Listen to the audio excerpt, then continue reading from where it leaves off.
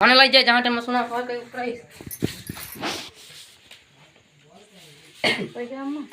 एक साहूकार था जिसके 7 बेटे और 1 बेटी थी। सातों भाई व बहन एक साथ बैठकर भोजन करते थे।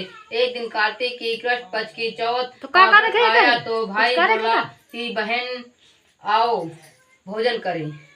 बहन बोली कि आज करवा चौथ का व्रत है, चांद उगने पर ही खाऊंगी। तब भाइयों ने सोचा कि चांद उगने तक बहन भूखी रहेगी, तो एक भाई ने दिया जलाया, दूसरे भाई ने छलनी लेकर उसे ढंका और नकली चांद दिखाकर बहन से कहने लगा कि चल चांद उग आया है, अर्घ दे लें। बहन अपनी भाभियों से कहने लगी कि चलो अर्घ दे दे। तो भाभियां बोली तुम्हारा चांद उगा होगा, हमारा चांद तो रात को उगेगा। बहन ने अकेले ही अर्घ दे दिया और खाना खाने लगी तो पहले ही ग्रास में बाल आ गया, दूसरे ग्रास में कंकड़ आया और तीसरा ग्रास मुंह तक किया तो उसकी ससुराल से संदेशा आया कि उसका पति बहुत बीमार है, जल्दी भेजो। माँ ने जब लड़की को विदा किया तो कहा कि रास्ते में जो भी मिले उसके पांव लगना और जो कोई सुहाग का आशीर्वाद दे तो उसके पल्लों में गांठ लगाकर उसे कुछ रुपए देना। बहन जब भाइयों से विदा हुई तो रास्ते में जो भी मिला उसने यही आशीष दी कि तुम 7 भाइयों की बहन, तुम्हारे भाई सुखी रहें और तुम उनका सुख देखो। सुहाग का आशीष किसी ने नहीं दिया। जब वह ससुराल पहुंची तो दरवाजे पर उसकी छोटी नंद खड़ी थी। वह उसके भी पांव लगी तो उसने कहा कि सुहागिन रहो, सपूती हो। उसने यह सुनकर पल्ले में गांठ बांधी और नंद को सोने का सिक्का दिया।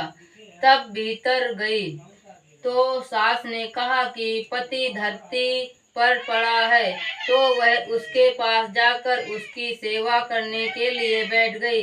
बाद में सास ने दासी के साथ बची खुची रोटी भेज दी।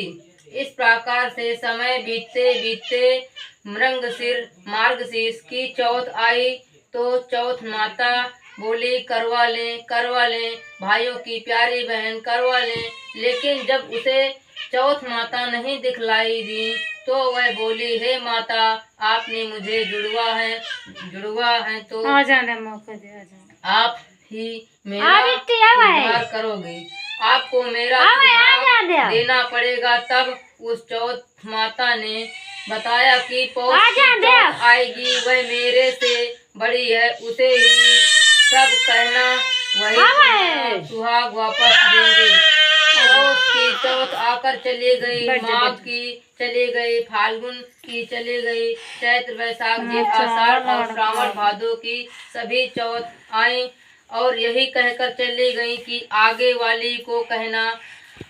असौज की चौथ आई तो उसने बताया कि तुम पर कार्तिक की चौथ नाराज है, उसी ने तुम्हारा सुहाग लिया है, वही वापस कर सकती है, वही आएगी तो पांव पकड़कर विनती करना।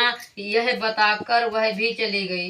जब कार्तिक की चौथ आई तो वह गुस्से में बोली भाइयों की प्यारी करवा ले, दिन में चांद उगाने वाली करवा ले, व्रत खंडन करने वाली करवा ले, सूखी करवा ले। तो यह सुनकर वह चौथ माता को देखकर उसके पांव पकड़कर गुजराने लगी, हे चौथ माता, मेरा तुम्हारे हाथों में है, आप